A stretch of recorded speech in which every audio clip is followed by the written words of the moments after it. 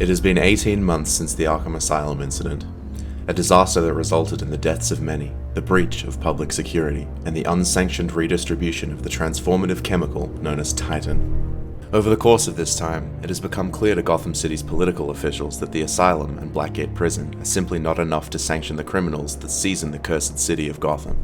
The Joker, the Penguin, Two-Face. These are individuals that require more than a simple imprisonment to reform. They are personnel that each possess the ability to incite calamity amongst their prison mates, charismatic enough to form gangs strong enough to incite a coup.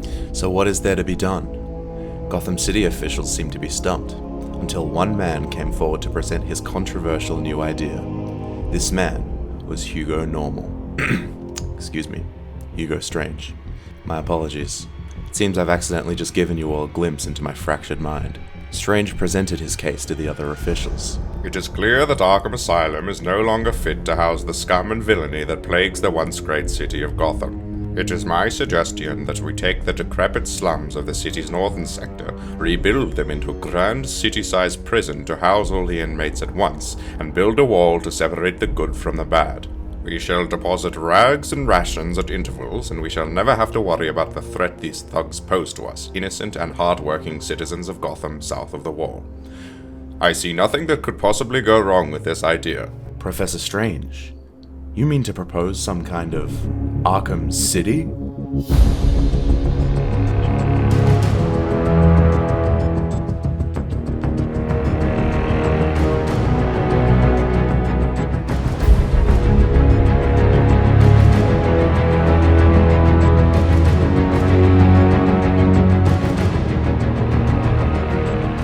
During your travels in Batman Arkham City, you will have encountered a vast array of rogues on your quest to stop Protocol 10.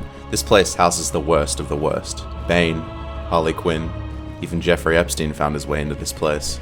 Bruce Wayne, you're on my list. Smash him in the face! Freak it up. Bang! While it's easy to write many of these guys off as just boss fights or roadblocks in the way of human vengeance, plenty of these colourful folk have a lot more going on beneath the surface. Arkham City is more than just a house for the wicked. It's its own county, a place governed by unofficial officials, each with a desire to sit on the throne of the city, each with a desire to see their other competitors fall. There are four main players in the race to seize absolute control over Arkham City's underworld. The Joker, the reason for the fall of Arkham Asylum, the anarchist who wants to tear down any last semblance of civility found in the city. The Penguin, the collector, eager to be worshipped as the wealthiest and most powerful man in the city. Two-Face, the unjust justiciar, intent on replacing the fractured justice system in Arkham City with his own corrupt sense of law and order. And a fourth candidate, who will remain obscured by this green question mark for now, as I am not ready to reveal his identity nor place in all this yet. Same as with billionaires, wealth and level of control are a matter of assets and land, not simply just manpower.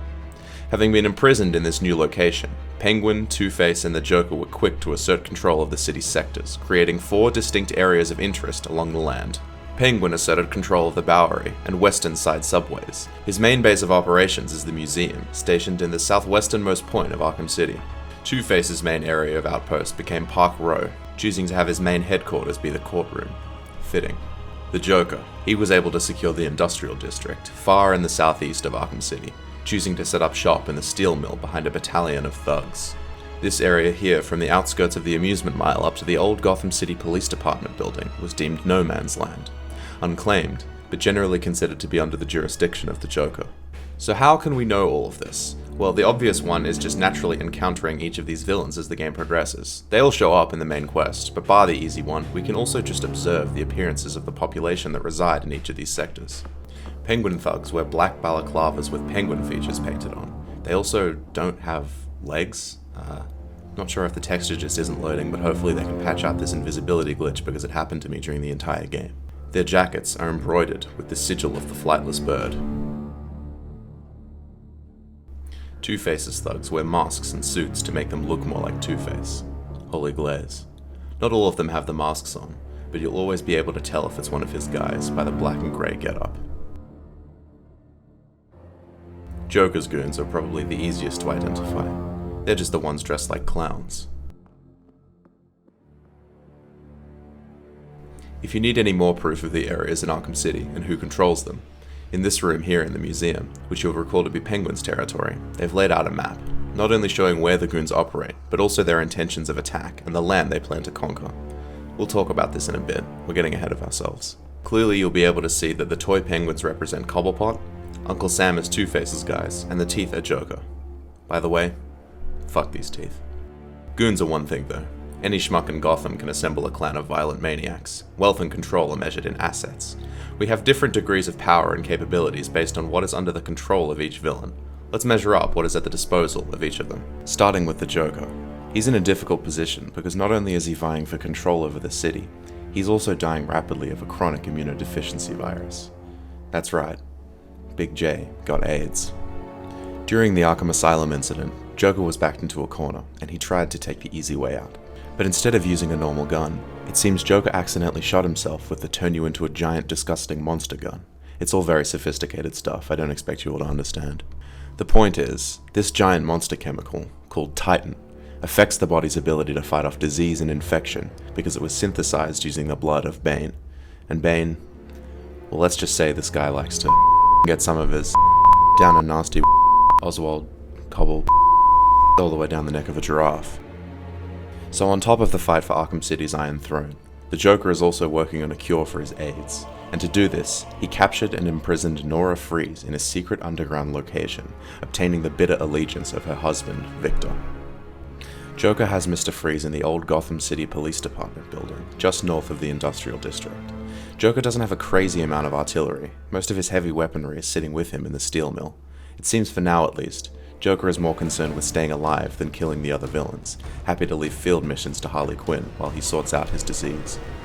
Also in the possession of the Joker is Mr. Hammer, one half of the Abramovici twins. It seems this guy is just the last line of defense in case a caped crusader comes to smash down the door of the steel mill. Another important player in Joker's clan is a man named Basil Carlo, known to the streets as Clayface. Joker is very concerned with keeping up appearances, and Clayface's shape-shifting ability helps massively with that. He can appear to outside Arkham as fit as a fiddle and ready for love, while behind the scenes, maybe he's seen better days. It's also possible to find 2 tanks worth of the Titan formula within Joker's jurisdiction, one within the steel mill and one outside guarded by a group of thugs. Add those to the list of assets. Here we get into speculation territory. There are some things that aren't directly confirmed in the game that I think still count as assets in Joker's arsenal. The big one being Scarecrow. One of the boats off the pier of the Industrial District is able to be hacked, granting entrance to a secret hidden room.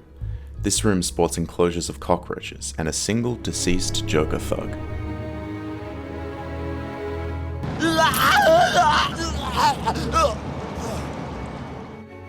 On this side of the boat's interior, we can also find a shipping invoice for 20 biological containment vessels of an unknown chemical, addressed to a Dr. Crane, first name Jonathan. Now, there's an argument to be made that Joker and Scarecrow are not in leagues together. I could totally see how before the release of Arkham Knight, you could reason that Scarecrow kidnapped one of Joker's goons, experimented on him with his toxin, then when he was out shopping for dinner for his pet roaches, the rest of the gang found him and wasted him, leaving behind only the mask that you can find on the top of this structure further north. Valid case? I disagree. The Asylum shows us that Joker and Scarecrow have previously been in leagues together, with Joker not being above employing fear toxin to get what he wants. The guest list for Joker's endgame party shows Jonathan Crane with a little smiley face next to him. Aw, isn't that sweet? They're clearly the best of buds. Also on this list with a smiley face is one Waylon Jones, the guy who would end up eating Scarecrow for din-dins on that very same night.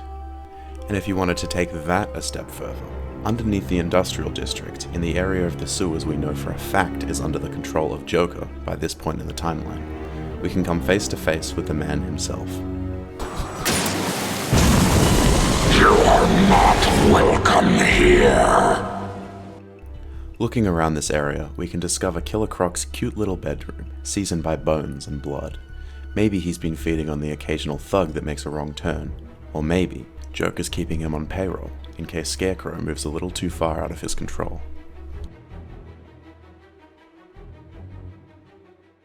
These connections are small fish, however, compared to Joker's main squeeze. By picking up enough question marks, you'll be rewarded with interview tapes for the main inmates of Arkham City, and these shed some very interesting light on Joker's connections. I am offering you this opportunity to make a deal. I am fully aware of your condition. The last thing you have is time. But I can make your final days more comfortable. And in return, I'd be giving you... I wish to study you. I need to know why you are the way you are. I don't have long, Doc. You're going to need more than some psycho mumbo-jumbo to get to the bottom of what's wrong with me.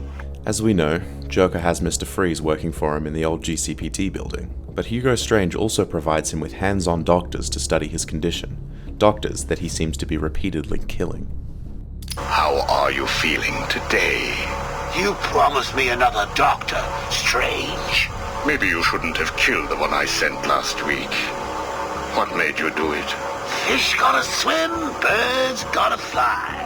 This looks like the extent of their relationship by this point, but it is at least evidence enough that Strange and Joker have the capabilities of working together within Arkham City. If Joker wasn't on a time limit, this would kind of be a fuck the big three, it's just big me type of situation.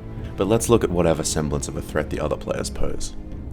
The Penguin, or as my girlfriend will know him as, Spencer's dad from Pretty Little Liars, is the other big player in the early stages of Arkham City. Unlike the other two crime lords, the Penguin is in Arkham City by choice. He owns the museum and the Bowery, unlike the others, who claimed their turf. Hugo Strange offered Cobblepot the opportunity to leave Arkham City, an offer that was declined. Your feud with the Joker is intriguing. I was here first. I bought my museum in the Iceberg Lounge fair and square. It was you and that Mayo stuck us all together. Again, you refer to owning things. Quite fascinating. I believe we gave you the opportunity to leave. And take over my turf. Never. Penguin's love of the game is simply too strong. Penguin's main asset is his weaponry. He is neck deep in guns and explosives. I guess that really doesn't sound like much, but trust me, he's packing heat. He has the most Titan out of any of the big three. One barrel in his museum, one in the Bowery, and one within his area of the subway. Employed as a mercenary, Mr. Sickle, the other half of the Abramovici twins, stands with Penguin. The museum's security is guarded by military-grade communications disruptors scattered within Penguin's territory all across Arkham, so the only way of getting in is if you know the password.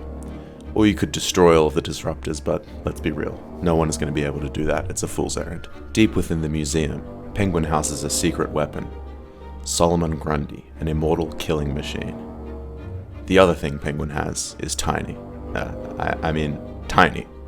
I'm telling you, not even Aquaman gets in here. In terms of raw numbers, I think Penguin has the most gang members, but that comes with its own little caveat. Joker's goons see Joker as the paragon anarchist. Two-Faces are loyal to a corrupt sense of justice they believe Dent embodies. Penguin's loyalists seem to be inspired by power and status more than the other groups, which I don't believe to be the same type of loyalty. This leaves him more susceptible to mutiny and conspiracy. In fact, during this early period, his gang was infiltrated by 10 undercover police officers, a fact Penguin may never have even discovered if it weren't for the tip-off from one very powerful ally in Penguin's circle. Here is a list of 10 prisoners I believe work for you. Yeah? So what? You want to saw their heads open and scoop out their brains too? No. I just thought you'd like to know that they are all in the employ of the GCPD. What? I believe you know what to do with them. I don't like being spied on, Mr. Cobblepot. Good night. You might be wondering, if Arkham City is a prison, then how did Penguin get his hands on all these guns and explosives? Well, Strange isn't just an ally to Joker. He plays all sides. Take a look, Mr. Cobblepot. Here is a purchase order for the various firearms you require. I must say, you chose an exotic selection. I only take the best. A wise strategy. So what's yours? Excuse me? What are you up to? Why would you give me of all people, guns, explosives, all this stuff? Arkham City is an experiment, Mr. Cobblepot. A new way of thinking. We've separated you from society, so I am more than willing to study the results if you all just decide to kill each other. Besides, Your feud with the Joker is intriguing. With the help of his confidant, Penguin is able to confirm Joker's sickness, as well as the location of Mr. Freeze, who you'll remember is the one in charge of synthesizing the cure. Penguin has a foolproof plan. No Mr. Freeze, no cure. Just like the Bob Marley song. No Mr. Freeze, no cure. Penguin can send a squad of goons to dot the border between No Man's Land and Joker's territory with explosives, kidnap the Iceman, bring him to his impenetrable lockup in the museum, then detonate the explosives and cut off Joker's forces from retaliating.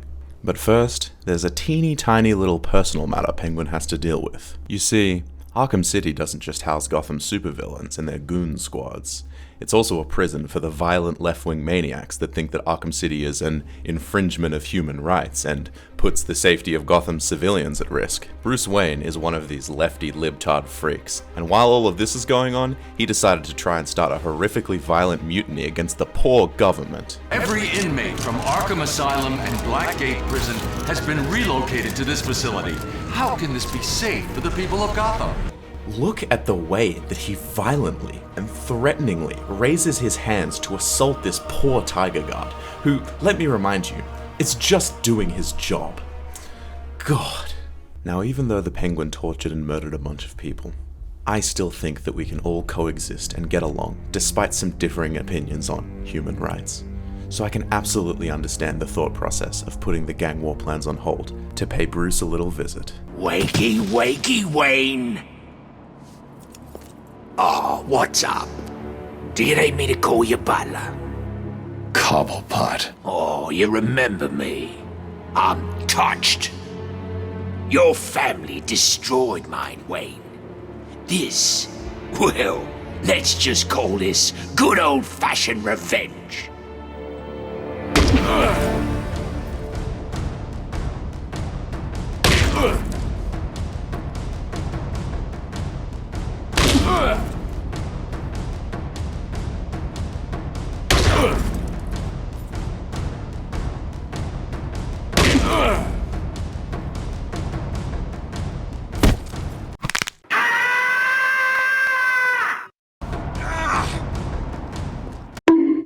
Well, while he's knocked out, I guess we have time to talk about Arkham's final heir. Two-Face is a little different from Joker and Penguin. He doesn't have a battalion's worth of weaponry. He doesn't have a mutually beneficial relationship with Strange. He doesn't have any other big supervillains in his league he can use as muscle, unless you count Calendar Man. What he does have is a trusty band of loyalists, a coin to determine what is just and what isn't, and a can-do attitude. Two-Face is a patient man. He likes to bide his time, wait for the right moment to strike, all while building his own army. He doesn't believe himself to be a barbarian like the rest of them. There's so much going on behind the scenes. Like, Doug, I'm not the bad guy here. Yeah. There's some actual out there. Yeah. And it's not me. Like, I'm here to build. He is fully aware that he doesn't have the balls, nor the ball power, to take out the other clans by force. But if Joker dies of his AIDS, and Penguin dies of... short, then perhaps we're in business. When approached by Hugo Strange during his psychological evaluation, there was a choice given to Dent. Listen to me, Harvey. I am going to give you a simple choice. This is your coin. Is it? Why should I trust you? It was your father's, correct? You know every inch of it. When you close your eyes, you can feel it, can't you? Give me it, please. I'm going to throw the coin in the air. If you let it fall, I will do whatever I can to cure you. I will help you become the man you used to be. Or if you grab it, I will let you loose in Arkham City, and I will tell you what Catwoman is doing right this second. I can't decide. You have to. Two-Face grabs the coin, sealing his fate. Whether by choice or by instinct, Two-Face's actions make him a player in Arkham City's game. He may not have any superpowers. He may not have a grandiose hideout. He may not have a big, one-armed mercenary, or a giant zombie, or a shapeshifter by his side. But god damn it, he has something else. A reputation. One who cannot be stolen from. At this moment, Catwoman is preparing to steal the contents of the safe in your old campaign office. Bitch. We need to stop her. And you may. Goodbye, Mr. Dent.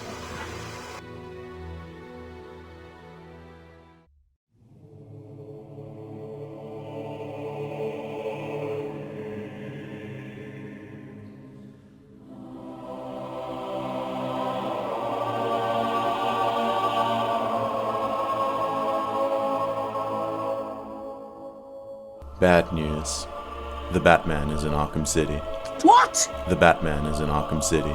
No, I heard you. I said what? As in, I heard you, but I can't believe what I'm hearing. No one is in a great spot right now, gang-wise. Joker doesn't know that Penguin is about to kidnap Mr. Freeze to stop production of his cure. Penguin just had his arm broken by Bruce Wayne of all people, and probably sustained some head trauma. But tippity-top of the mountain of completely fucked is Two-Face. I'm in danger! He was able to get on top of the Catwoman stealing his stuff situation, bringing her back to his courtroom and stringing her upside down over a pool of acid, as one does. Here we get some insight into his intentions. Welcome, people of Arkham City. It's good to see so many new faces in the crowd. Fresh faces for the gang. Today we present each of you with an exciting new opportunity. 2 opportunities. To join with us to create a new force in Arkham and take this place for ourselves. When the clown dies, we will own this town. We will rule this town. Or you can just leave now. And we will hunt you down and kill you all. But let's not dwell on the negative. Let's have some fun. Fate delivered a gift to us tonight. A gift that will show everybody that we mean business. And you, ladies and gentlemen of the jury, will be part of it. He knows the Joker is dying, and he clearly seems to think that the Penguin is incapable of beating him. At this stage, he is recruiting and cutting loose ends while he still can. We're tight-knit, we got our ops tied up by the heels. What's the worst that could happen? Damn it!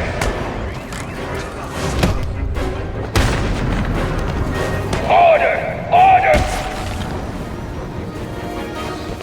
Objection!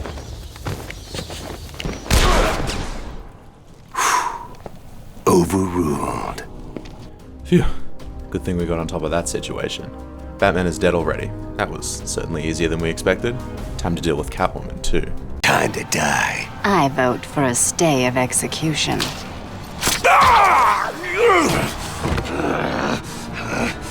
Uh-oh. Not looking good. Just kidding. Good thing we got on top of that situation.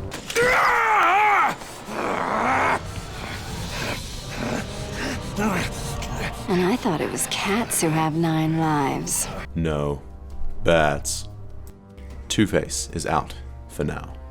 Let's check in with the other gang leaders. Penguin has managed to successfully capture Mr. Freeze. The bridge between the unclaimed territory and Joker's turf is still intact, but the GCPD building is under Penguin Goon operation. Not good for Joker. However, right at this moment, Penguin is unconscious, so Joker has a very brief window of time to make something happen, and he gets on top of it quick. Close to the center of Arkham City sits a church used as a safe house for medics and Gotham security guards. Joker has taken notice of Batman going after Two-Face, which gives him the perfect opportunity to send Harley Quinn and a hit squad down to take the innocent folk as hostages, rigging both a sniper and a set of explosives to the top of the tower. Batman can't resist hostages, so at the very least, Joker's able to get his attention. Of the hostages, we have Gotham police officers and a number of medical staff. This also gives Joker the opportunity to have a new medic keep an eye on him, given the Mr. Freeze situation, and the fact that he killed all of his other doctors for fun. It may be a harebrained scheme, provoking Batman to hunt you down, but better than no scheme at all. It took all of his armed thugs, most of his unarmed thugs, Mr. Hammer, a switcheroo with Clayface to confuse Batman, laughing gas, and bomb. But Joker finally manages to get Batman tied up in his chair. Say, Batman, you know how I have AIDS? Yeah, what about it? Well, now you have AIDS. No. Penguin is back in action. The bombs are rigged to explode. Mr. Freeze has been safely transported to the museum. We get a bit of goon dialogue letting us know what the next phase of the takeover is. We go down there and help him? Nah, Getting caught is their problem. True.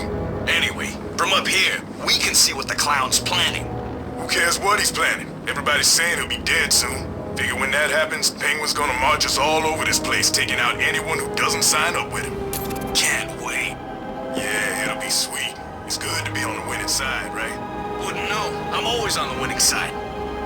Penguin's people are inside the GCPD building, and they've managed to seal Joker's guys out. Even if, for whatever reason, Batman decides to show up at the GCPD, Penguin's guys are tight-lipped. There's no way Batman would ever be able to find out that Freeze is in the museum and Penguin's got him. He's in the museum. Penguin's got him. This is bad news for Penguin. Keep in mind, he has no idea Batman is working under duress for the Joker. As far as this guy knows, Batman showed up in Arkham City out of nowhere, kicked down Two-Face's door and took him out, then went up to the GCPD to interrogate Penguin's guys to figure out where he is. Paired with the fact that Penguin kidnapped Mr. Freeze, just beat the fuck out of a defenseless politician, and has a bunch of undercover cops as hostages, Oswald, you might want to get that will sorted out while you still can. Alright, fuck the gang war, we've got a new primary objective. Survive. Penguin detonates the bombs, cutting off Joker's forces earlier than planned, and some of his own.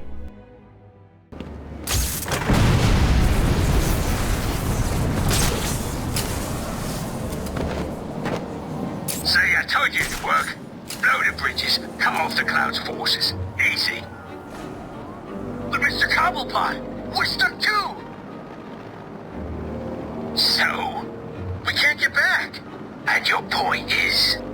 Well, it's just, you've left us over here with the Joker's crew.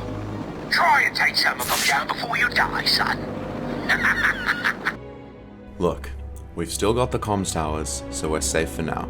Listening into some thug dialogue reveals that Joker doesn't just have Batman on the Mr. Freeze case, he has all of his guys on it. Policeman, I don't know where Freeze is. If I did, I'd tell you. That's bull! I don't think he believes you. I'm telling the truth! Sure you are. Look, don't take this personally, but Harley Quinn wants Mr. Freeze. We've got to find him. Now, you may be telling the truth, but if I didn't use a little persuasion, then it would be me sitting where you are. Understand? Please, don't! I'll try to make it quick. Try not to scream too loud. It's all or nothing. We also get a little more insight as to what Penguin wants out of a potential gang war victory. He's got some kind of deal going with Strange. That's why he's got Freeze down there. Really? What the hell's wrong with you? How come you don't know any of this? I don't know. Maybe I was taking a leak. Well, let me just bring you up to speed. Penguin's got Freeze down in the museum. Figure he's got him to piss off Joker, which is good. But you know the boss. He likes trophies, so he wants Wayne. Batman. Hell, he's got room for Catwoman and the kid Batman hangs out with, too. Sounds exciting. It is. Now just make sure Batman don't get past, or Penguin may just be sticking us on display. Inside the museum later on, we can actually find the enclosures Penguin has for each of these trophies, form fit with descriptions already. This will be the jewel in my collection. Coming soon, the Batman. Heading back to the industrial district shows us what Joker's frontliners are making of this situation. I'm gonna march over there right now and kill that runt. Calm down. We don't even know it was Penguin. It was him. He's got that freak's flippers all over it. Stinks like fish, too. Yeah, my man Jimmy died back there. I'll carve his name on Penguin's face before I put a bullet in his head. I get it.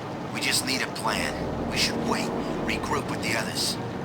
Which others? I saw one group get out towards the court. For all we know, Two-Face has killed them all by now. Or worse. I think we should wait here. It's too dangerous to move. Penguin, and I ain't saying it was him, but if it was, may have more surprises planned. So? So, we chill the hell out and come up with a good plan to teach that midget son of a bitch a lesson and find Freeze. They are right about Two-Face. He has his goons perched on top of buildings, flushing out any Joker goons that were on their own side of the bridge. What are we waiting for? Joker's got more men on the ground than us. We need to be smart. Waiting up here don't sound too smart. Have you forgotten about the Bat? What about Catwoman? We wait. Seriously? We wait. They'll move into our trap and we can take them all out with ease. It'll be sweet, don't worry. As long as we don't freeze to death first. Quit moaning or I'll send you down alone. The bomb situation kind of scattered things up for everyone, successfully putting somewhat of a hold on the more heavily coordinated attacks of the gang war. This at least gives Penguin a little more time to make a prayer that heaven lets him in before Batman comes to beat the shit out of him. The last ploy that Penguin has to keep Batman from ripping him into pieces is the Disruptor Towers. Activating these bad boys means scrambling all comms between Arkham and Gotham, which jams Batman's hacking device. Either Batman takes a breather, calms the fuck down, or he goes and destroys every single individual disruptor. Heading underground to the location of the final disruptor lets us in on a bit of information on what Penguin's plan to actually take out the Joker is. But I thought he wanted us to drag this thing over to the Joker. He did. I guess Batman's made him change his plans. Who cares? Kill Batman, drag this thing to Joker, turn it on, and go back to Cobblepot as hero. What? Just like that? Kill Batman? Yeah, I'm not scared. He's nothing. Just some idiot in a costume. He's nothing. Beneath the surface of Arkham City is a labyrinth of sewers, connecting the industrial district to the Bowery. With the bridge safely in Kingdom Come, this is the only passage between these areas of turf. Penguin has the weaponry for an assault, thanks to a strange intervention. Little double entendre for my French viewers. And, as this dialogue indicates, it shows the Penguin intends to cut off Joker's comms functioning. The obvious reason for this is that it would make scheduling tactics over the phone impossible. But I like to think there's a more specific intent behind it. Penguin has had direct contact with, and receives aid from Hugo Strange, so there's no reason for Penguin to assume the other big players in Arkham City aren't getting the same thing. I mean, it's not exactly like Strange tries to appear like some kind of good Samaritan. Penguin needs guns and explosives, but other villains need other aid. Penguin went to a lot of trouble to secure Mr. Freeze and prevent him from synthesizing medicine, showing that he is keenly aware of Joker's malattia terminale.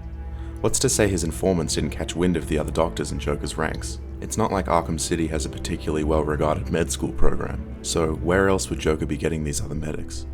By cutting off comms between Strange and Joker's hospital bed, it makes it 1,000 times more complicated for them to organize transfers of new doctors, especially since Joker keeps killing all of them.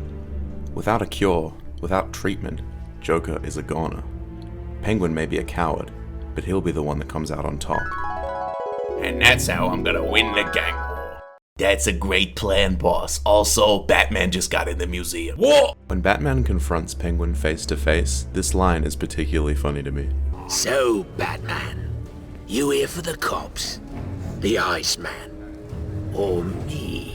Penguin doesn't actually have any idea what Batman is even doing in Arkham City in the first place, or why he's specifically targeting Penguin so intensely. It could be any number of things. Like, he gets that what he's doing is illegal, but isn't it supposed to be more like a free-for-all round of Smash? Getting at all the villains equally? Why are you specifically targeting me? That guy still has 3 stocks. Penguin is doing his best to seem composed right now, but he is shitting bricks. This plan to get Batman is the most barbaric, back-against-the-wall-ass plan I've ever seen. He even throws a Titan at him. When that doesn't work, he throws Tiny at him. When that doesn't work, he gets Mr. Sickle on him. This is the room where we can find that map from before, showing that yes, Penguin is planning on sending a hit force through the sewers to flush out the rest of Joker's gang. Also that he's planning on pushing into Two-Face's territory. That all sounds great, champ. Batman also finds Mr. Freeze in this room, which may have actually been his last stop if Penguin hadn't been a dickhead.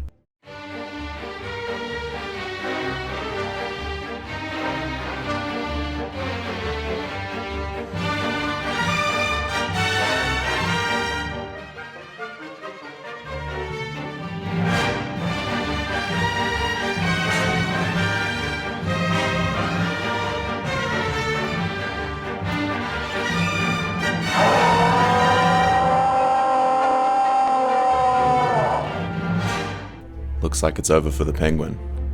But wait, isn't there one more asset in his arsenal that we haven't seen yet? Don't look so sad. I've got a little surprise for you down there.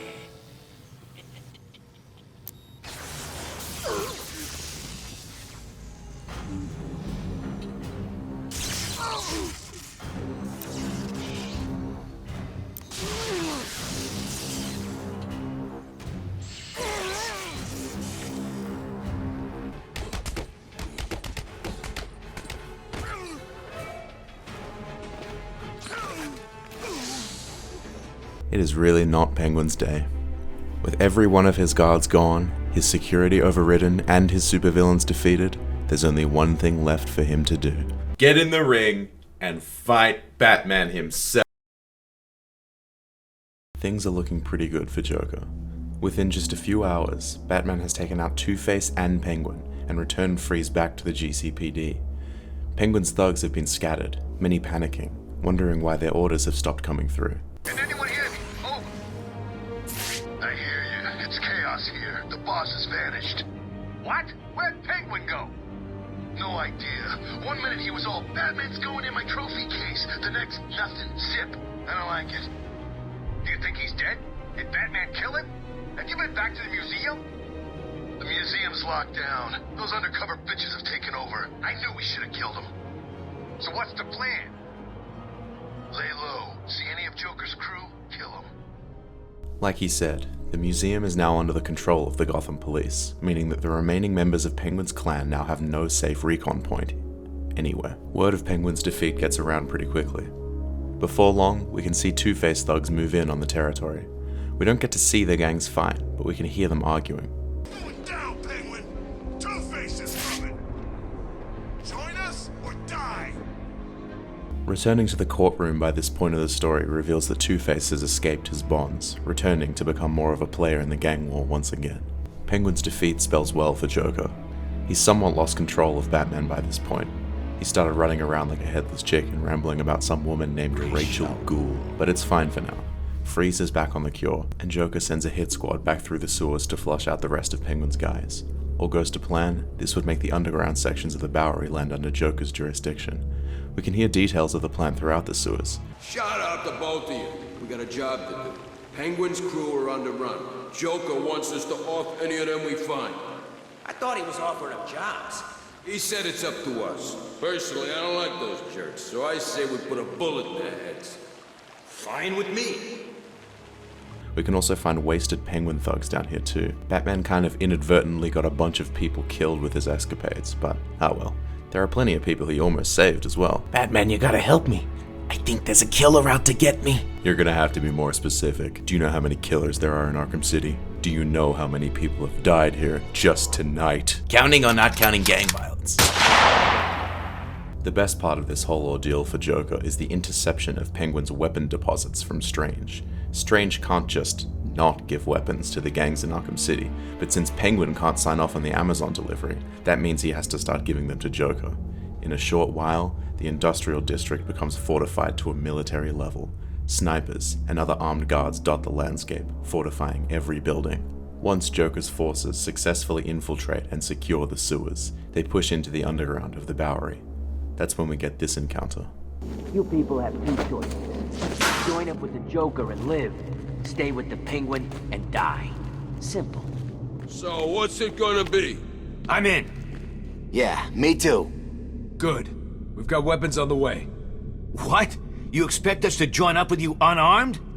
Screw that. He said guns are on the way. It won't be long. What part of that did you not understand? Calm down. We're all friends here. Right? I guess. Good. Now, when the weapons arrive, we can all head topside and kill anyone that stands against the Joker. That's not gonna be a problem, is it? Not for me. I always fight for the winning side. Me too. Cool. Joker wants this over nice and fast. No more screwing around. You'll notice that these guys have only just joined Joker's ranks. They have the masks, but they still sport the Penguin sigil, and their legs are still missing. Is this just a PC glitch or is this on console too? This is a detail I really like, and one that I didn't notice until I started researching. You can tell which of the gang members used to be on Penguin's side, both the new Joker thugs and the Two-Face ones. Heading up the stairs reveals what Joker's thugs did to people who didn't join up with them. By the time Batman finishes his Rachel Ghoul side quest, Two-Face has moved into the museum. He's got goons posted up outside and inside, letting Penguin know that he's probably not much longer for this world. Well, look who it is. Little Mr. Cobblepot, all locked up in his own museum. Did the big bad bat do this? Or was it the cat? Laugh, boy. I'll get out of here, and then you're gonna regret this. Really? I'll let the boss know when he gets here. What? Oh, sorry. Didn't I mention? Oh, sorry about that. Two-Face is on his way back. He's got his eyes on this place to set up camp. He wouldn't dare. Really? What's stopping him? You? You tell Harvey that if he even steps 1 foot in this place, I'll kill him. I'll tear him in half. Though, you'd probably like that. Won't. Tell him yourself. He'll be here soon. Also, this guy on the left, why are you acting so high and mighty? Didn't you only join Two-Face's group like 2 seconds ago? But I digest. Well, look who's back to see me. What's up, Batman? Did the little bird tell you that Two-Face is back? I'm surprised he didn't kill you. What did you do? Hide? Who do you think you're talking to? Oswald Cobblepot doesn't hide from anyone. Understand? He just didn't see me, that's all. How convenient. There's still the Iceberg Lounge that Two-Face hasn't gotten control over just yet, but he's got people on the case. You said you could get us in the Iceberg Lounge. You said it was full of all the good stuff. It is. Look, I don't know what's going on. Those guys in there used to work for Penguin. He found out they were undercover pigs. I heard they worked for Gordon. What are they doing in there, then? I don't know, maybe Batman saved them. When I last saw them, Penguin was hanging them over a shark tank. Joker's illness is getting worse. He may be on top of the gang war, possessing the biggest arsenal in the city, poised to win the conflict. But he still has no cure. He's panicking. Batman was so close, but instead of finishing up the cure with Mr. Freeze, he charged down into the sewers on a whim and went missing for like 2 hours. From Joker's perspective, there's been a betrayal. What are you doing, Bats? I thought we were friends, working together and all that. You know, from where I'm lying, desperately clutching at what's left of my life, it seems like you betrayed me and started working with the walking icebox. Well, two can play at that game. Try and get back to that double-crossing snowman in the GCPD without my guys blowing your pointy head off. I double dare you. So he sends some of his goons to kill Batman and make getting the cure basically impossible. What? He's crazy. He believes that Batman and Mr. Freeze have started their own band, working together to cure the Bat while the clown slowly passes away. Gotta admit, this theory got some merit to it. I mean, Joker still got Nora. But why would Victor need his wife, when he's got a new one right here? This whole Batman and Mr. Freeze thing is getting more and more likely by the minute. Let's go check on Batman and Mr. Freeze. I'm the Joker, baby! This is great news for General J. If these two guys are distracted, he can organize Harley Quinn to steal the cure, leaving behind the Joker Clan trademark, a Joker, and a photo of the same Joker. Batman an idiot for not getting on top of this, because Joker basically told him his plan after Batman dealt with the welcoming committee. Why do you keep doing this to me? It's like you idiots spend every single day thinking up ways to leave me bitterly disappointed. Harley, when you get to the GCPD, kill a couple of them for me, will you, dear? No problem, sweetie. While this brawl was taking place, Joker also made an anonymous call to Vicky Vale, alerting her to a scoop she'd love to get her hands on. My God, our mystery caller was correct. It looks like Batman himself is exiting the building. Is he really? Hello, Gotham, it's me. I'm afraid Miss Vale will soon be leaving the airwaves. We apologize for this interruption. With Batman distracted and the cure in hand, the gang war stalemate is approaching over. Hostages in the steel mill let us know the gang is planning on attacking Two-Face to wipe him out once and for all. Joker dispenses this broadcast to Batman and his new gang. Good evening, troops. This is General J with a quick update on what's going down here in Arkham City. As you can see, I'm looking much better. In fact, I think I'm looking better than ever. Oh, I can hear you all now. How did this happen? Can I get me some of that crazy cure? I want answers, damn it, now! Well, here's the thing. Answers don't give you everlasting satisfaction. Sometimes you need to brace yourself for disappointment. Now think about it. Imagine your favorite TV show. You've been through it all. The ups, the downs, the crazy coincidences. And then bang! They tell you what it's all about. Would you be happy? Does it make sense? How come it all ended in a church? You guys just need to know one simple thing. I'm back. Back for good. Did you catch that? Let's play it one more time. They tell you what it's all about. This is Imposter. Everyone watching this video though, you're gonna keep this on the DL because not even Joker's own clan knows about this. Did you see the Joker just now? Yeah, he looked okay, didn't he? Yeah, how the hell did that happen? I saw him yesterday and he looked like poison crap. Today, all good. So did he find a cure or what? Don't know. Last thing I heard was the doctors couldn't save him. Quinn even had me torture some lady doctor to find a cure. It's the greatest rouge since 2 rouges ago. Two-Face hasn't been paying much attention to Joker. His mind has been occupied with securing the museum, and also with getting revenge on Catwoman for getting the best of him earlier on, strapping bombs to her apartment and redistributing her stuff to his clan. He's not concerned with Batman at all, it seems. That's all fine. Joker and Clayface have Batman right where they want him. It looks like I need to teach you some respect. There's nothing you can teach me, Joker. Oh, come on. There's always something to learn. Let's start with getting your ass kicked 101. Seconds out. Uh-oh. How's Batman gonna get out of this one?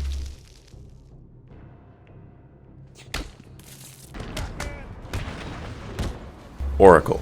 I'm gonna grab Joker's ass. It might be the last chance I get. Got him.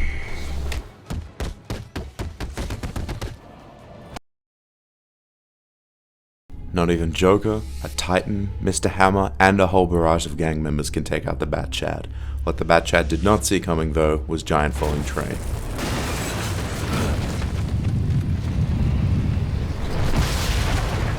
Good one.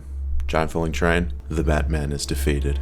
Joker's victory has earned the attention of one Rachel Gould, who has agreed to grant him immortality. If Catwoman weren't here to lift this one rock off Batman's rapidly deteriorating corpse, it would have been over. Figured you could use my help. I love you. I love you. I love you. The fate of Arkham City rests on 2 individuals. Two-Face controls most of the eastern sector of the city, with Joker in the west. Rachel's pool of immortality sits here, right underneath the theater in Park Row. It would be extremely difficult for Joker to get there safely without being wiped out by the opposing gang. However, terrorism. Hugo Strange has decided that even though he was the one fanning the flames of the gang war, giving the gangs weapons and explosives and whatnot, this whole thing has gone far enough. Right! That's it! I have had enough! What you have to understand is that Arkham City was promised to Hugo Strange 3 billion years ago. Who cares that there are still a number of innocent political prisoners, not to mention medics and interns that are still in the strip? Bomb them all. Hugo Strange has a right to exist, god damn it! Even a few members of the Arkham City voice cast took to Twitter to voice their support. Strange's teeny tiny little act of self-defense draws Batman off the Joker's tail. Joker can recognize that both sides of this conflict are bad, and it's better not to get involved. We gotta get everyone on the same page about the plan though.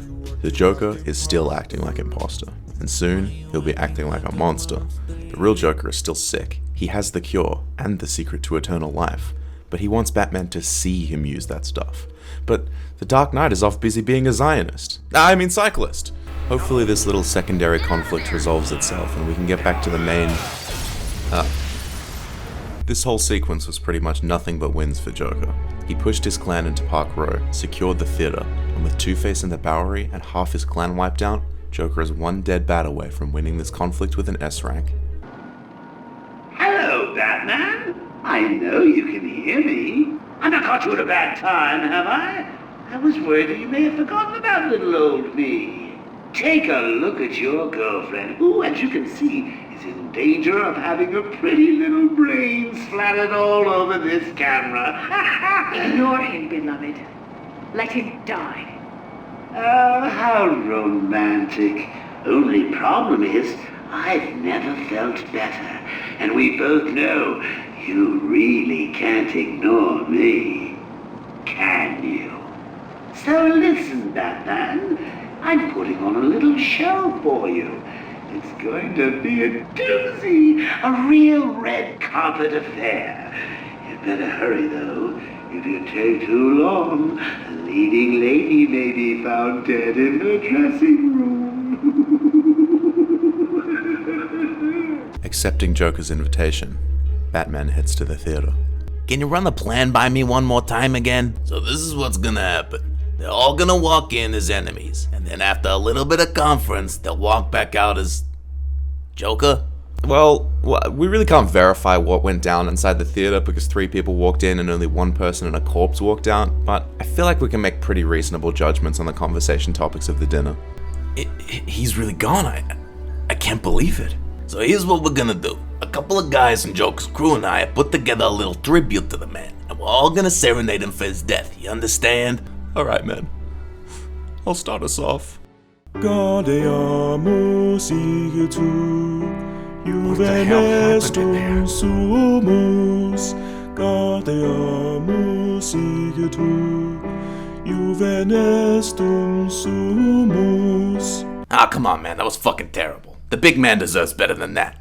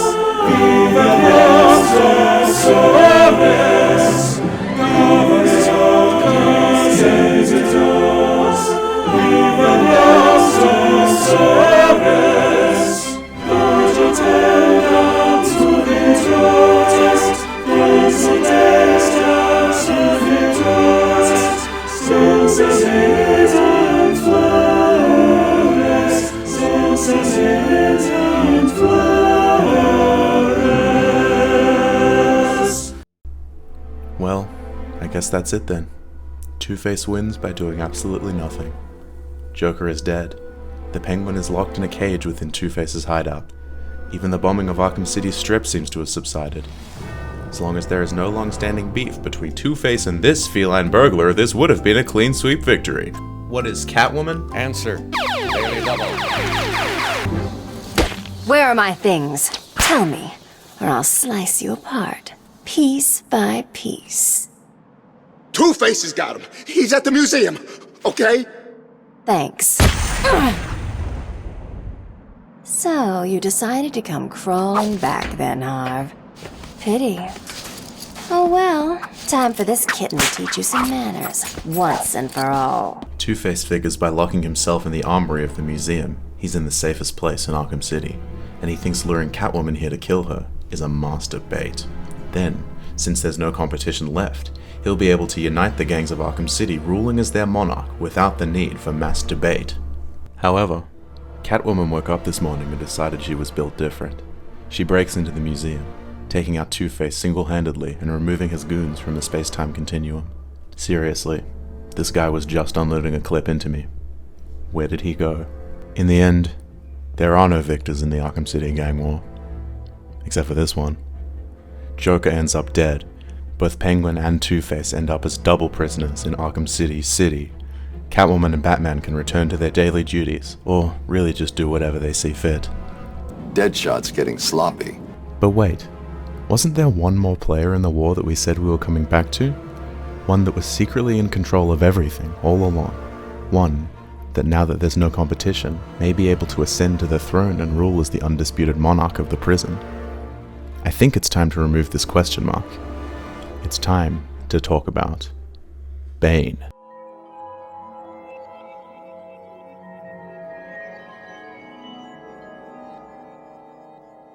Earlier in the game, we encountered these hostages in the church. Batman saved them during the process of tracking down the Joker, mistakenly believing that being a hostage once makes you immune to being a hostage again later on. Turns out, it was actually smallpox he was thinking of.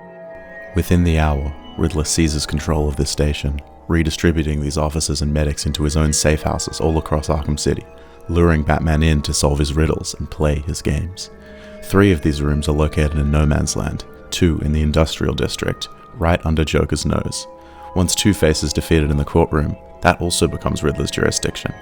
And the hideout he sits in himself is located underground in the Bowery. This guy is everywhere. Secure property in every area in Arkham City is unheard of, but going even further than that, we can use the locations of the Riddler trophies to determine what other areas of the city he has access to within an arm's reach. These areas are Park Row, the Bowery, the Amusement Mile, the Industrial District, the Subway, the Museum, the Steel Mill, and Wonder Tower, which is a location I haven't even mentioned yet because it's not really related to the gang war, but this place is a government facility. Now, it's not the Riddler himself that puts all these trophies in place. He too has a gang to represent him. Within every gang, that's Two-Face, Joker, and Penguin, there are a number of double agents working as informants for the Riddler. See, I told you, Batman's here! I don't get it. How'd you know? That's not important! Kill him! The trophies in Wonder Tower imply that Riddler has informants within the Tiger Guard, or that he has some method of bypassing government security, which is a case that is supported. Imbecile. I couldn't have put it better myself. What? How dare you enter my office? Oh, I'm not in your office. And please don't insult me by attempting to trace this broadcast. You will fail. The fact that there are a number of physical challenges as well suggests that Riddler is, to a degree, always watching Batman during the events of Arkham City. In Arkham Knight, there's actually evidence to suggest that Riddler later figured out who Batman is under the mask, but we're getting ahead of ourselves. The point is, these other gang leaders were essentially playing with trucks in a sandbox compared to the Riddler. But why do all this? What's the end goal? The obvious answer is to prove he's better than Batman, but his knowledge goes beyond breaking Batman. He's also got a big chip in his shoulder in regards to Hugo Strange. My Tiger Guards will find you, and when that happens, I will perform the procedure on you myself. Procedure? Oh, you mean what you did to all those poor fools back at the asylum? To be honest, I think you did them a favor. How do I know that you requested access to all the most forgettable patients and proceeded to melt their brains with the help of that confused milliner? Or did you mean, how do I know that you have been providing the ex-warden with your own special medication? No doubt intended to render his synapses more malleable to your suggestions. Or maybe you are currently wondering if I know about the secret panel in your closet. How it slides back to reveal what you want most. How you sit, wearing that suit, crying into your hands as you question whether you are really worthy. Whether he himself knows it or not, I believe that beyond beating Batman, Riddler also wants control of Arkham City, obtaining the ability to wield the prisoners like puppets and observe how Batman responds to certain orchestrated circumstances. Within Riddler's hideout, amongst the gadgets and surveillance cameras, we can find maps of Arkham City and each area of control possessed by the various gangs. Now, why does Riddler refer to Penguin's clan as us? Well, because it's a reused asset from the museum. No, it's not. It's actually because Riddler wants to be in disguise and he can't have anyone know what he's really planning. So what is he really planning? Why, dear viewer, if you only knew what you were stepping into. For the following theory to be true, we have to rule Arkham Knight as non-canon, right? Hear me out. We also have to rule the Arkham City DLC Harley Quinn's Revenge as non-canon. Listen, stay with me.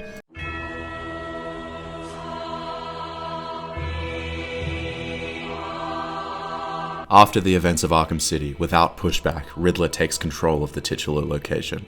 Like he says when he initially gets defeated. I'll find a way to have my revenge. Setting his sights on not just Batman, he plans to break Gotham's heroes in two, creating elaborate set pieces sanctioned under hostages and Steam achievements. Uniting the scattered clans of Joker, Two-Face, Penguin, Tiger, and Rachel Ghoul, Riddler intends to cause pain towards the Bat family so intensely that it will be experienced vicariously by the player as well. Fuck! Significantly below what I had expected. Fuck this shit! Has your primitive brain given up and accepted that I, the Riddler, am Fuck better? this shit, man. Fuck. Riddler takes control of all districts within Arkham City, distributing soldiers and weapons to each significant location.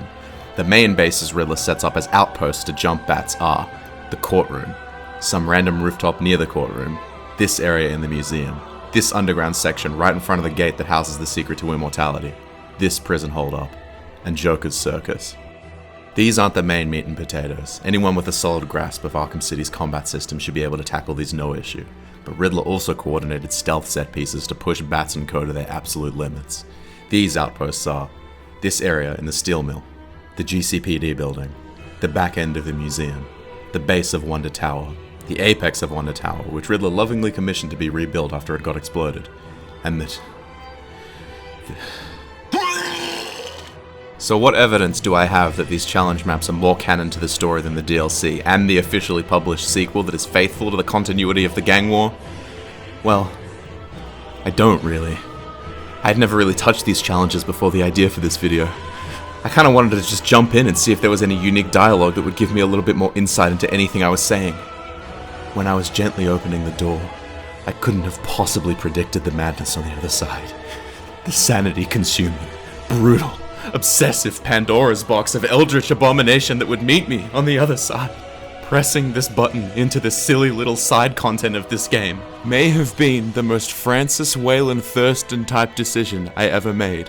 But god damn it, I got completion of every single challenge, on every single difficulty. I mastered every single campaign, with every single character. I got every single achievement in Arkham City. And my madness knows no bounds. I must talk about this hellscape, the pain it has caused me, and maybe I'll inspire you to join me in this unique layer of hell I put myself through. What my doctor may describe as undiagnosed autism. I have a different interpretation. I'm vengeance. I am the night. I am... The way these challenges are structured is this. You have maps, you have campaigns. Maps are a single challenge. Each of the 6 combat encounters are normal and an extreme. Each of the 6 predator encounters are normal and an extreme. These are your warm-ups. Learn how to use your gadgets, learn what works and what doesn't, find a route through each challenge. The campaigns are where it really begins. 3 back-to-back challenges. You need 3 stars on all 3 in a row, and there are certain conditions you need to play around. Some of these are beneficial conditions, like being able to take out enemies with your batarangs. Some of these are motherfucker conditions, like a time limit or 1 HP. Batman is very equipped to deal with pretty much anything Riddler can throw at him at this point. During the main game, you might not have noticed how busted his items are, but literally every single one of them is overpowered if you know how to use it. Off the bat, get it? You got Detective Vision. I threw shade at this in my Metal Gear video because it trades graphical fidelity for ease of play, but I was lying. Detective Vision is my best friend. It allows you to see through walls, see if an enemy has a weapon or not, whether they've got armor, their emotional status, calm, nervous, or terrified, which affects their behavior, and how many guys there are left in the room. It basically has no downsides. The batarangs are a safe, ranged attack capable of knocking enemies down for a ground takedown. They can also distract enemies, forcing them to look in a specific direction, making them clueless to you getting a silent takedown from behind. The Batclaw can be used to pull enemies off railings for a one-hit KO, and if push comes to shove, you can use it to pull guns out of the enemy's hands, demoting them to regular unarmed thugs. You're going nowhere. I got you for 3 minutes. 3 minutes of free time. Posting a wall up with explosive gel on the opposite side of an enemy is a one-hit kill. You can also spray this on an unconscious body of the goon's fallen comrades to jump scare them if they come to pay respects. The remote electrical charge can be used to stun enemies for a second, which can be used as a distraction, but this thing is a fucking weapon of doomsday if you know how to use it. These guys are called armored thugs, and they can't be taken out using ordinary takedowns. You have to cape stun and then hit them 19 times. With the rec gun, these guys go from a huge pain in my ass to the funniest thing I've ever seen in my entire life. Shooting them with this gun makes them go flying, and if they're next to an edge, that's a one-hit kill.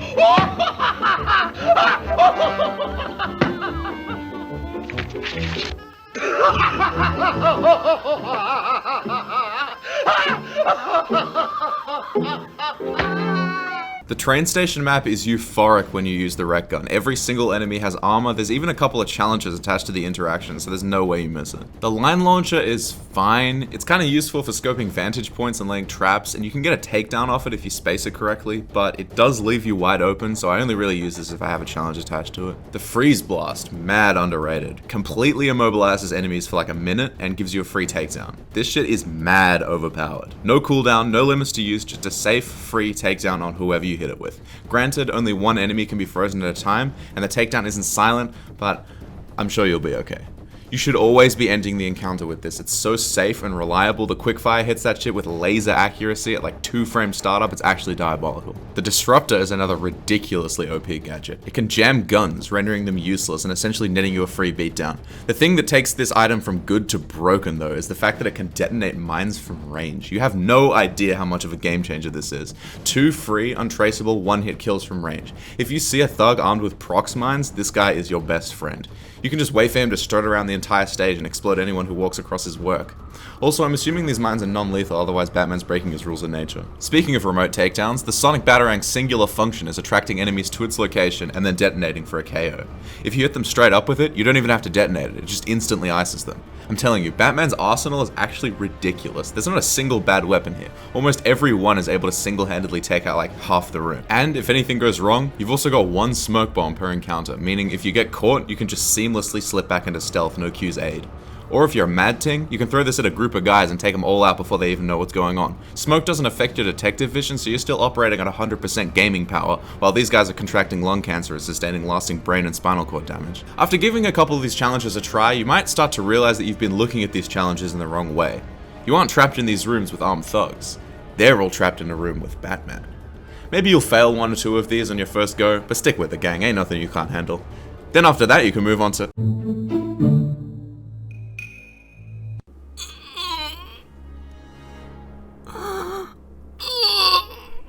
Catwoman's challenges in Riddler's Revenge feel like when Todd locked Jesse in the hole for like a year. By the time I was done with these, it felt like this.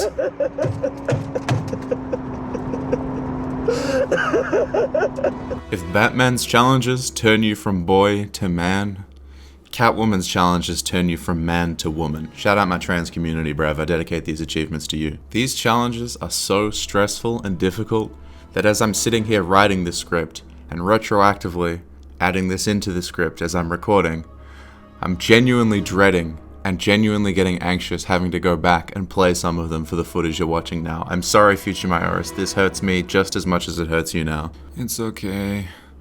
Oh. Fuck getting 3 medals on these challenges, bro. It's hard enough to even survive them. Let's talk about all the things we took for granted as Batman that are now a huge pain in the ass. Remember how Batman had like 12 gadgets and each of them were viable and useful in more than one way? Yeah, how about 2 gadgets that are both completely useless? How about a functioning grappling hook that could get you out of danger in like 1 second?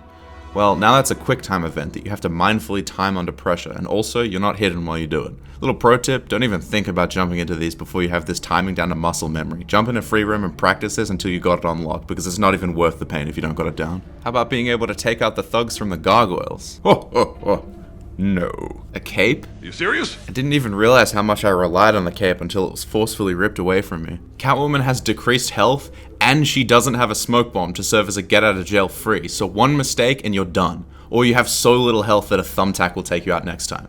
Detective vision. Oh my beloved, I'm so sorry for bad-mouthing you. Being able to see whether an enemy is armed, whether it has armor or mines, seeing the status of fear, the number of enemies remaining, even when it's jammed, being able to see which enemy has the jammer. It was perfect.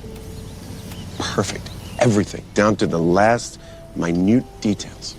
What the fuck is this? So, why did I do all of this?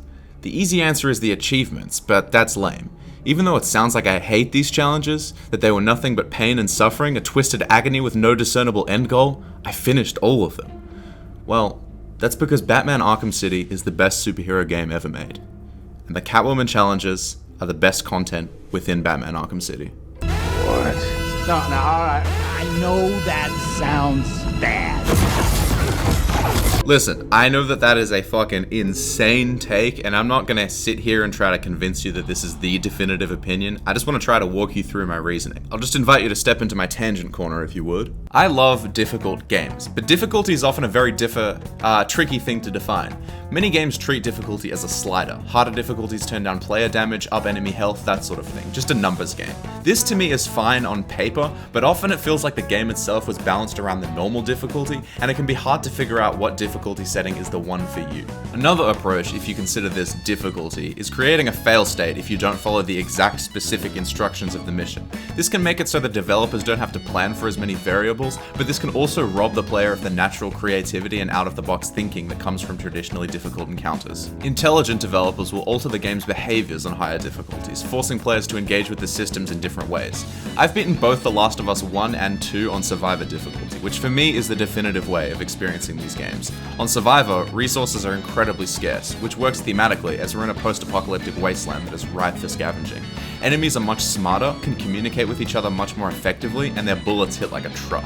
Most importantly, Survivor difficulty disables Listen mode, which is The Last of Us's version of detective mode, letting you see through walls, because realistically, why the fuck would a normal human being be able to do this? Now you're playing a completely different game. Resource and bullet management are at the forefront, constantly affecting your decision making in any given scenario. I shouldn't waste a bullet on this guy when I have a shiv that could take him out silently. No, why would I use that shiv when I have a brick that I can use for an instant kill? No, that might alert the enemies, and since I don't have any healing items, I'll have to carry my low health into the next section.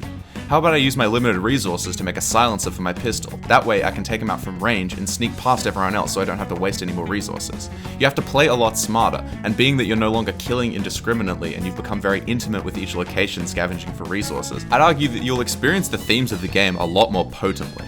My personal favorite way of tackling difficulty is to not. Many of the best games have one fixed difficulty setting, bringing everyone to the same level, and making the quote-unquote difficulty slider come down to the player's own awareness, finger dexterity, and decision-making.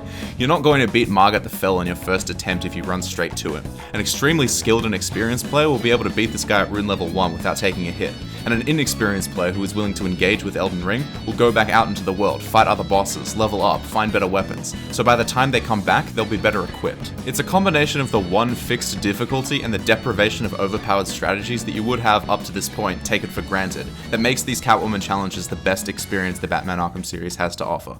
Systems that you would have never engaged with or paid very little mind to are now game changers. Remember this message that appears when you do a floor grate takedown? Enemies on the grate will blah blah blah whatever. Being the Batman is so versatile, it doesn't really matter that you're sacrificing one singular hiding spot to take out an enemy. That's a more than worthy trade.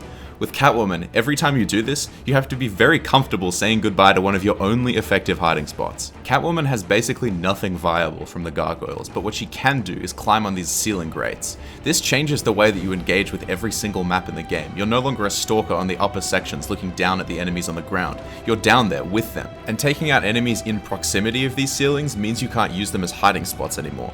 Grates and vents go from something you'll maybe use sometimes to an essential method of traversal. By the time you finish all these maps, you'll know every one of them inside and out. Having an intimately familiar relationship with these stages is absolutely essential to complete the challenges. Being that you're so underpowered, you need every single possible advantage you can get your hands on. Not only are these maps extremely difficult to just survive in order to complete them, you have to go out of your way to complete the 3 win conditions. Now, Batman's medals were stuff like perform a beatdown on an enemy, do an inverted takedown on a thermal enemy, call your mother and tell her that you love her. Catwoman's challenges are shit like perform a double ledge takedown on a super open map, or complete the entire challenge without taking damage, which in fairness was also a Batman challenge, but keep in mind Batman had a smoke bomb, 3 remote kills per encounter, a freeze grenade, a weapon that turns armored thugs into projectiles, and a million other options that Catwoman has none of. These challenges are cooked. I remember one of them was just build a giant metal cage. I was like, what the fuck? Catwoman's challenges are not just a simple test of reaction time, skill, and execution. They are a trial to test the might of your supposedly indomitable human spirit. These challenges are not for the faint of heart, but they're not unfair either. Except for this bullshit, this level can suck my balls. Remember when I said the train station is euphoric with the rec gun? Try it without the rec gun. Remember that each armored thug takes 19 hits to take down. Also, there are 8 armored thugs in this level. When I finally gaze upon the gates of Valhalla, I'll know that it was yesterday's triumph that led to tomorrow's paradise. But today, I sit content, knowing that I'll never have to go through anything as difficult, nay, as arduous, as Catwoman's Riddler's Revenge challenge. Wait, so I've got my cape back, my detective vision back, I have a smoke bomb, plus some actually somewhat useful items. I already know these maps back to front, so where does the challenge come from? What, are these challenge medals like super specific circumstantial tasks that are basically impossible unless you have a specific route planned or something? Oh, remember how earlier I said that there are different types of difficulty in games? There's the open-ended disempowerment type difficulty that forces you to get creative, like in the Catwoman challenges. And then there's the railroading specific objective-based type of difficulty. Robin's challenges definitely lean more towards option B. Robin is not a bad character, his staff combat feels a little clunky, and his gadgets are definitely a step down from Bat's, but in essence, he's not terrible. What are fucking terrible are these win conditions. Batman and Catwoman's challenges seem to be designed to push you to your absolute limit within the constraints of their win conditions. While some of them are ridiculously hard, especially Catwoman, I would never describe any condition to be unfair. The conditions specialize against your weaknesses and force you to get creative. Robin's challenges go, fuck all that shit, let's just put a bunch of ridiculously specific tasks, and if you miss them on your first try, the attempt is completely cooked. Take down 2 henchmen with 2 different walls at once using explosive gel? Brother, there are only 2 walls in the entire room. Either you wait 900 years for the stars to align and have someone walk past each at the same time, or alternatively, you see this guy marking this wall here? If you sneak down behind him, you can mark it up, then sneak over here and mark this other wall. Then you only have to wait for one guy to walk past this wall. That being said, if anyone sees you, or if anyone finds any evidence whatsoever that you might be in the room, this guy starts patrolling, and we're back to praying to the sun god Ra that the stars are gonna align again. If you think that's bad enough, look at this one. Take down 3 henchmen at once with 1 wall using explosive gel? Are you having a laugh? This one is so circumstantial that as far as I know, there's only one way of doing it. At the very start of this challenge, sneak your way over to this wall here. Careful not to get seen by this guy because if he does, your attempt is cooked and you may as well just restart. Tag up this wall here, then jump over this other wall and tag this side of it. Sneak into this little vent here, detonate this wall, only this wall. Now, draw a pentagon on your floor and plunge a version blade into your hand. The blood leaking into the sigil will ensure that you have at least a 30% chance that 3 goons might come and investigate the first broken wall and you can explode the second one on them. I managed to get 5 of them on this attempt, but that's because I lured the village children out of their homes with my flute playing for my own blood ritual, and I understand the cost of living is really high at the moment, so not everyone's going to be able to afford a flute. This strat is wildly inconsistent, but at least it's something. On your 700th attempt, if you finally get this to work, congratulations! Idiot. You still have 2 medals to go, one of which requires you sneak right behind someone and plant C4 in their butt and detonate. This is another thing the Robin challenges love to do, make you use your smoke as an offensive move, so you lose your get out of jail free. At least Catwoman's challenges make it clear what you have to do. This one here, knock down 3 henchmen with a snap flash. Maybe it's clear to some, but this means 3 henchmen with 1 singular snap flash at the same time, which is incredibly circumstantial, especially given that enemies stop grouping with each other once they reach a certain level of stress. God. As much praise as I can give these challenge maps, and even the campaigns, doing this shit as Robin is a degrading experience. Whoever made these challenges, I kill your wife. I kill your son. I kill your infant daughter. Tim Drake Robin. Who even likes this guy anyway? Unanimously agreed worst Robin confirmed. What's his unique gimmick anyway? Being a detective? Bro, what? I'm not reading detective comics, am I? I'm reading DC comics. My goodness gracious me. At least all the challenges are done. I can't possibly get any worse than... Nightwing's challenges are... actually not even that bad. After Tim burned down my entire village and repeatedly called my family racial slurs, it feels nice to say hello to Dick.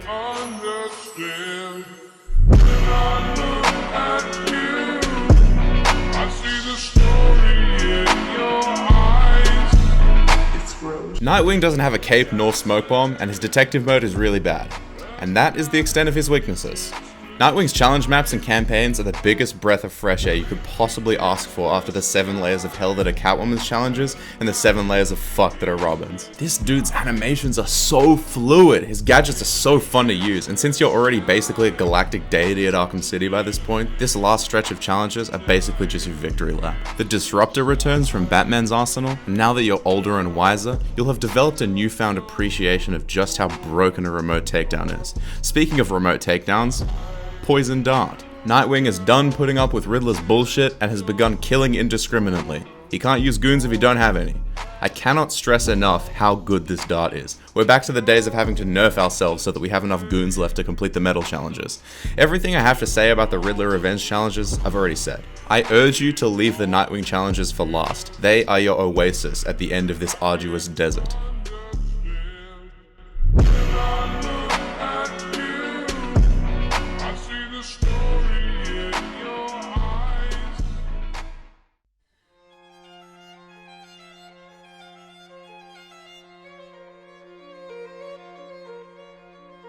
Beating these challenges to completion was a unique feeling. I was left with the same emptiness I experienced years ago when I first beat Elden Ring.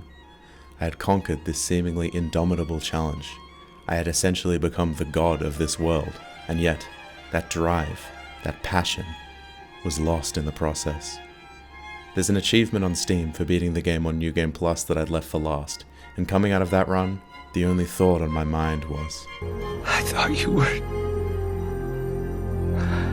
I